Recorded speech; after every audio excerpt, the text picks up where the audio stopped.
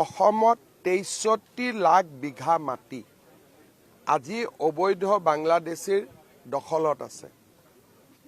এই ডাটাটোৱেটো দিব মানুহে ভয় কৰিছিল যে ভোট বেংক নষ্ট হৈ যায় বুলি, কিন্তু আজি আমি ভোট বেংককো ভয় কৰা নাই আৰু 1.5 লাখ বিঘা মাটি আমি ইতিমধ্যে উদ্ধাৰ কৰিছো।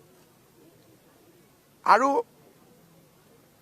আঞ্চলিকতাবাদ মানে কি? এইটো নহয় জানো যে অসমখনক বিদেশী মুক্ত কৰিব লাগে, অসমৰ সম্পদসমূহ অসমৰ কাৰণে ব্যৱহাৰ হ'ব লাগে, বেলেগটো আঞ্চলিকতাবাদ বুলি একো নাই, অসমীয়া ভাষা ধ্ৰুপদী ভাষা হ'ব লাগে, লাচিত বৰফুকনৰ সুখ্যাতি জগতত বিয়পি যাব লাগে, তাৰ বাদে আঞ্চলিকতাবাদ কি আছে?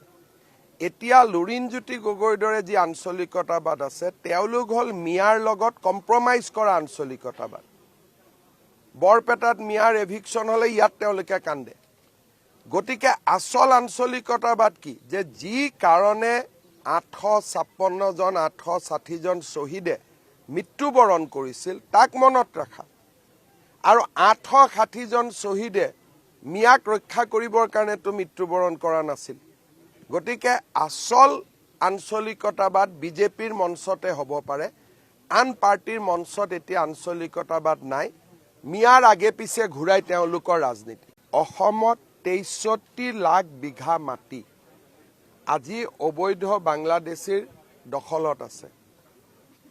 এই ডাটাটোৱেটো দিব মানুহে ভয় কৰিছিল যে ভোট বেংক নষ্ট হৈ যায় বুলি, কিন্তু আজি আমি ভোট বেংককো ভয় কৰা নাই আৰু 1.5 লাখ বিঘা মাটি আমি ইতিমধ্যে উদ্ধাৰ কৰিছো।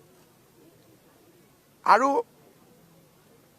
আঞ্চলিকতাবাদ মানে কি? এইটো নহয় জানো যে অসমখনক বিদেশী মুক্ত কৰিব লাগে, অসমৰ সম্পদসমূহ অসমৰ কাৰণে ব্যৱহাৰ হ'ব লাগে, বেলেগটো আঞ্চলিকতাবাদ বুলি একো নাই, অসমীয়া ভাষা ধ্ৰুপদী ভাষা হ'ব লাগে, লাচিত বৰফুকনৰ সুখ্যাতি জগতত বিয়পি যাব লাগে, তাৰ বাদে আঞ্চলিকতাবাদ কি আছে?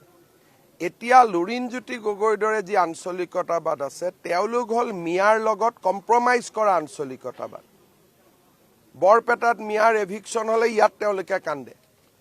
গতিকে আচল আঞ্চলিকতাবাদ কি? যে যি কাৰণে 856 জন 860 জন শ্বহীদে মৃত্যুবৰণ কৰিছিল তাক মনত ৰাখা, আৰু 860 জন শ্বহীদে মিয়াক ৰক্ষা কৰিবৰ কাৰণেতো মৃত্যুবৰণ কৰা নাছিল।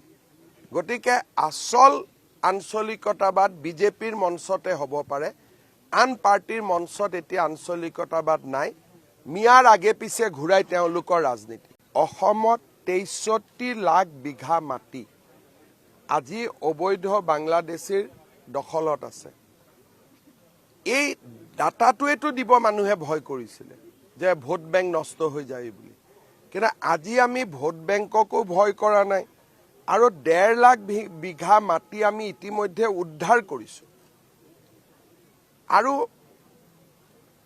আঞ্চলিকতাবাদ মানে কি? এইটো নহয় জানো যে অসমখনক বিদেশী মুক্ত কৰিব লাগে, অসমৰ সম্পদসমূহ অসমৰ কাৰণে ব্যৱহাৰ হ'ব লাগে, বেলেগটো আঞ্চলিকতাবাদ বুলি একো নাই, অসমীয়া ভাষা ধ্ৰুপদী ভাষা হ'ব লাগে, লাচিত বৰফুকনৰ সুখ্যাতি জগতত বিয়পি যাব লাগে, তাৰ বাদে আঞ্চলিকতাবাদ কি আছে? এতিয়া লুৰিণজ্যোতি গগৈৰ দৰে যি আঞ্চলিকতাবাদ আছে তেওঁলোক হ'ল মিয়াৰ লগত কম্প্ৰমাইজ কৰা আঞ্চলিকতাবাদ। বৰপেটাত মিয়াৰ এভিকশ্যন হ'লে ইয়াত তেওঁলোকে কান্দে। গতিকে আচল আঞ্চলিকতাবাদ কি? যে যি কাৰণে 856 জন 860 জন শ্বহীদে মৃত্যুবৰণ কৰিছিল তাক মনত ৰাখা, আৰু 860 জন শ্বহীদে মিয়াক ৰক্ষা কৰিবৰ কাৰণেতো মৃত্যুবৰণ কৰা নাছিল। গতিকে আচল আঞ্চলিকতাবাদ বিজেপিৰ মঞ্চতে হ'ব পাৰে, আন পাৰ্টিৰ মঞ্চত এতিয়া আঞ্চলিকতাবাদ নাই। মিয়াৰ আগে পিছে ঘূৰাই তেওঁলোকৰ ৰাজনীতি।